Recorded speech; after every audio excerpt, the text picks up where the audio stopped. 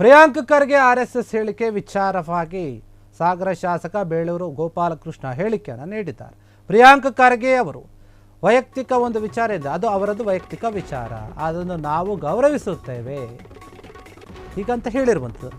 ಸಾಗರ ಶಾಸಕ ಬೇಳೂರು ಗೋಪಾಲಕೃಷ್ಣ ಹೇಳಿಕೆಯನ್ನು ಕೊಟ್ಟಿದ್ದಾರೆ. ಪ್ರಿಯಾಂಕ್ ಖರ್ಗೆ ಅವರದ್ದು ವೈಯಕ್ತಿಕ ವಿಚಾರ, ಅದನ್ನು ನಾವು ಗೌರವಿಸ್ತೀವಿ. ಬೆದರಿಕೆ ಹೆದರಿಕೆ ಇದ್ದೇ ಇರುತ್ತೆ, ಇವೆಲ್ಲ ಬಿಡಬೇಕು, ಇವೆಲ್ಲದರ ಬಗ್ಗೆ ಚಿಂತೆ ಮಾಡಬಾರ್ದು. ಎಲ್ಲ ಧರ್ಮಗಳನ್ನು ಒಟ್ಟಿಗೆ ತೆಗೆದುಕೊಂಡು ನಾವು ಸಾಗಬೇಕಾಗಿದೆ.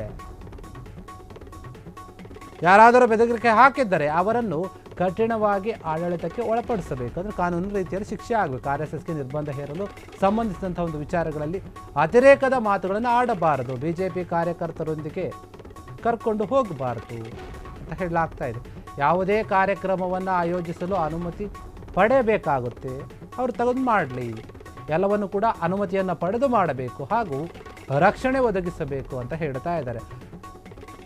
ಗೊಂದಲಗಳು ಅಸಹಜ, ಅವುಗಳನ್ನು ಯಾವುದೇ ಕಾರಣಕ್ಕೂ BJP RSS ತಲೆಕೆಡಿಸಿಕೊಳ್ಳುವುದು, ಬೇರೆ ಸಮಸ್ಯೆ ಉಂಟು ಮಾಡುವುದು ಸರಿಯಲ್ಲ ಅಂತ ಹೇಳಿ ಶಾಸಕ ಬೇಳೂರು ಗೋಪಾಲಕೃಷ್ಣ ಅವರು ಹೇಳ್ತಾ ಇರುವಂಥದ್ದು ಈ ಒಂದು ವಿಚಾರದಲ್ಲಿ.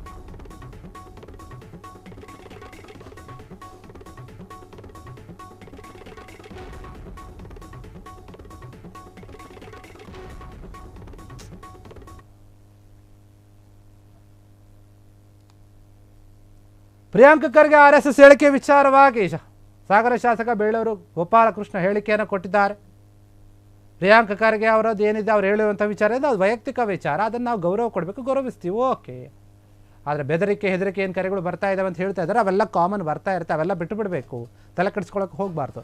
ನಾವು ಎಲ್ಲ ಧರ್ಮದವರನ್ನು ಕೂಡ ಒಟ್ಟಿಗೆ ಗೂಡಿಸ್ಕೊಂಡು ಹೋಗಬೇಕು, ಸರ್ಕಾರವನ್ನು ಮಾಡಬೇಕು, ಆಡಳಿತವನ್ನು ಮಾಡಬೇಕು.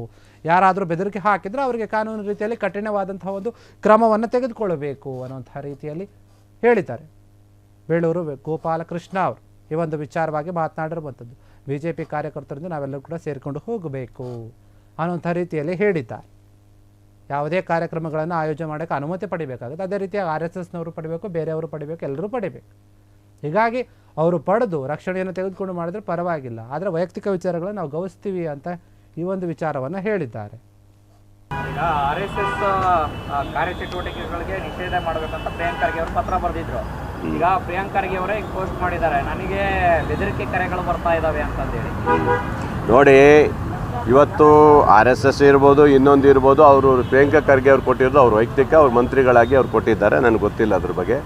ಇವತ್ತು ಅದು ಹಿಂದಿಂದ RSS ಅವರು ಅವರ ತತ್ವ ಸಿದ್ಧಾಂತ ಇದರಲ್ಲಿ ಬಂದಿದ್ದಾರೆ. ಇತ್ತೀಚೆಗೆ ಅವ್ರು ನೋಡೋ ಗೊಂದಲಗಳನ್ನು ಸೃಷ್ಟಿ ಮಾಡ್ಕೊಂಡು ಹೋಗುವಂಥದ್ದು ಬಿಡಬೇಕು. ನಾನು ಹೇಳೋದಿಷ್ಟೇ, ಹೆದರಿಕೆ ಕೊಡೋಕೆ ಬೆದರಿಕೆ ಕೊಡೋವಂಥ ಇವತ್ತು ಭಾಳ ಸಹಜವಾಗಿ ಇದ್ದೇ ಇರುತ್ತೆ. ಇವತ್ತು ಯಾವುದೇ ವ್ಯಕ್ತಿಗಳಿರ್ಬೋದು, ಯಾವುದೇ ಧರ್ಮ ಇರ್ಬೋದು, ಇವೆಲ್ಲ ಇರುತ್ತೆ, ಅವೆಲ್ಲ ಬಿಡಬೇಕು. ರಾಜ್ಯದಲ್ಲಿ ಸರಿಯಾದ ರೀತಿಯಲ್ಲಿ ಎಲ್ಲ ಧರ್ಮವನ್ನು ತೆಗೆದುಕೊಂಡು ಹೋಗೋದು ನಮ್ಮೆಲ್ಲರ ಸರ್ಕಾರದ ಆದ್ಯತೆ ಇರುತ್ತೆ. ಇರಲಿ ಬಿಡಿ, RSS ಅವರೆಲ್ಲ ಯಾರ್ಯಾರೋ ಒಬ್ಬರು ಬೆದರಿಕೆ ಕೊಟ್ಟರೆ ಪ್ರಿಯಾಂಕ್ ಖರ್ಗೆ ಅವ್ರು ಹೆದರ್ಕೊಳ್ಳೋವಂಥದ್ದು ಏನು ಇಲ್ಲ. ಯಾಕಂದರೆ ರಾಜ್ಯ ಸರ್ಕಾರ ನಮ್ಮದೇ ಇದೆ. ಯಾರು ಬೆದರಿಕೆ ಹಾಕಿದ್ದಾರೆ ಅವ್ರನ್ನ ಒಳ ಹಾಕುವಂಥ ಕೆಲಸ ರಾಜ್ಯ ಸರ್ಕಾರ ಮಾಡಬೇಕು.